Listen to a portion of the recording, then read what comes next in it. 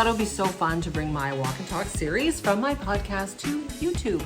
And I was trying to do it outside, except that the weather sucks. So let me show you. My name is Tanya, and I'd like to share mindful nutrition and menopause health. I think I'm gonna have to bring this chat home because it's getting blustery out here and my phone's getting wet.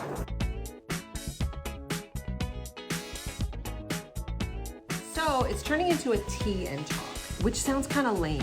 New Year's resolutions always felt so fancy and glittery to me, and if you are watching me here, you'll see that I'm far from fancy and far from glittery.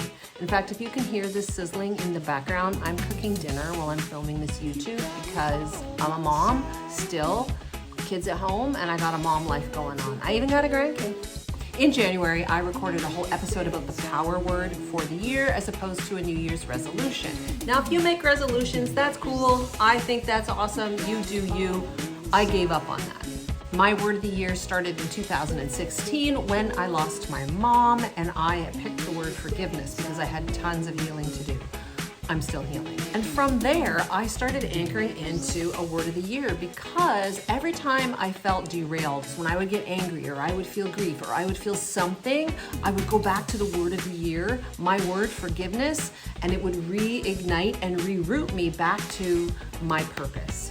I had no idea at the time that this word of the year thing was connected to this book called One Word That Will Change Your Life. That was published in 2013, and I picked my word of the year in 2016.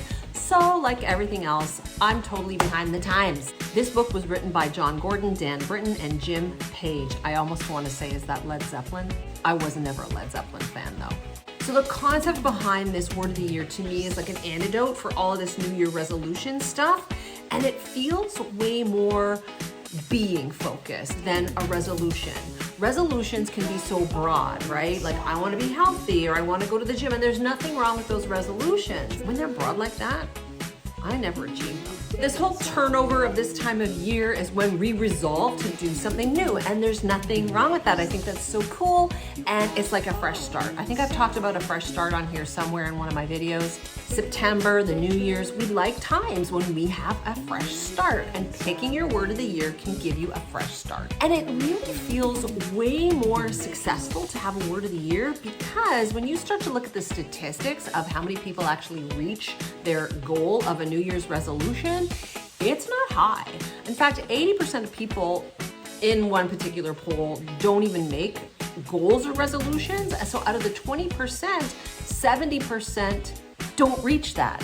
So if you can do that math, because my brain has a hard time calculating that number, it's obviously a very small percentage of people that reach their goals or New Year's resolutions. It sounds like I should stir my dinner right now, doesn't it? A lot of us don't reach our goals. You know, I don't want to make this like, oh, you didn't reach your goal because you didn't have a power word video. It's really that we go about things the wrong way. And when we don't reach our goals, we also poo-poo ourselves as human beings, but we're human beings in a modern world, and there's a lot going on around here. Lots of things vie for your attention. And goals can fall into so many categories, right? We can have these doing goals, these action-oriented New Year's resolutions, like I'm gonna go to the gym, I'm gonna eat more broccoli, rather than I want to feel alive and energetic and vital and all of that stuff. Me, I'm going this way. That's what I want. We have to be a certain person to do a certain thing. For me to be here on YouTube talking to you from my kitchen with my sizzling stuff in the pan, I have to be a certain person to put myself out here. I have to be somebody. I don't know what that somebody is yet.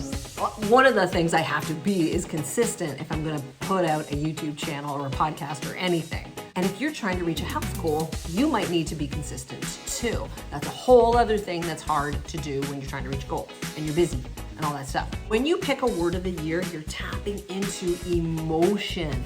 If you are not emotionally anchored to your goal, if you don't have a why behind your goal, if you don't feel some kind of feeling behind it, then when that outer motivation out here wanes, because it does, this is what happens, we need inner motivation, and that's what that power word, that word of the year can do for you.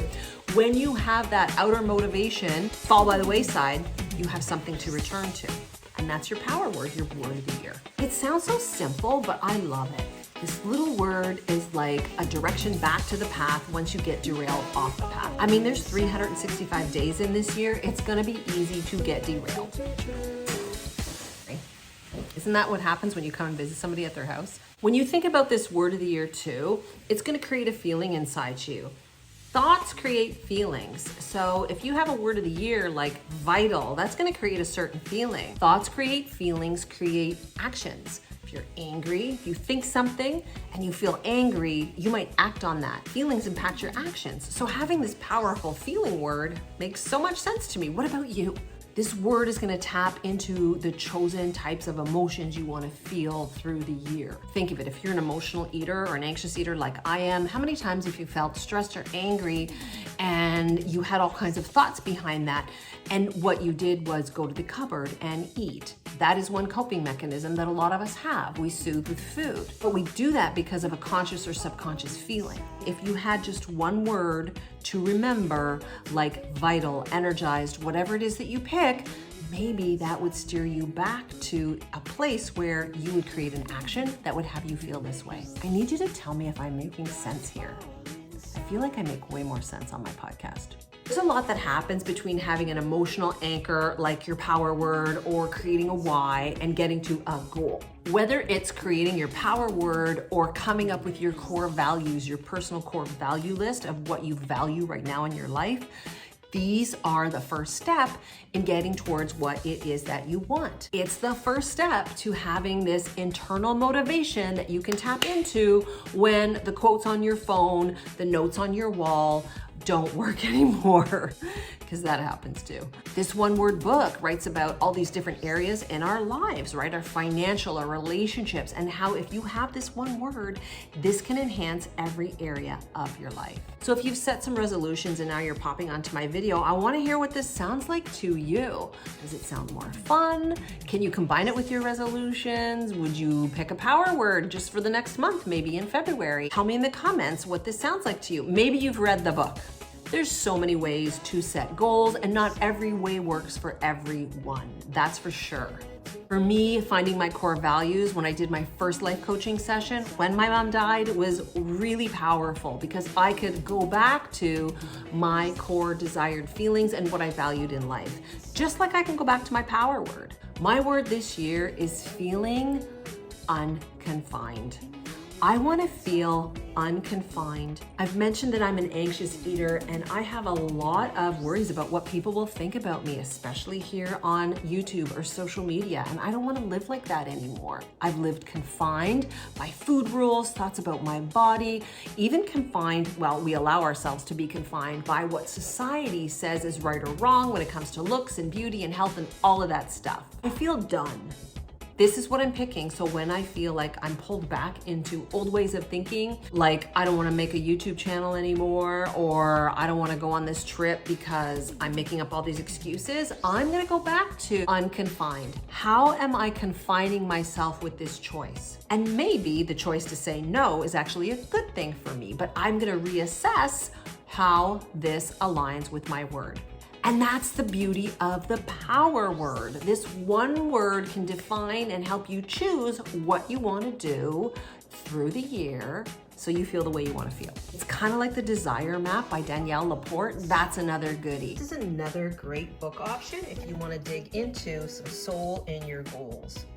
Because when we have emotion in our goals, we have a much bigger chance of reaching said goal when we're emotionally tied to it. So if you have trouble digging into this whole word of the year concept, I'm going to invite you to download my Fresh Start Kit, because that's going to guide you through your core values. It's going to help you figure out 3 to 5 words that you are going to use to identify how you want to feel in 2023 and beyond. These can always change. You can always go back to the kit and do the exercise again.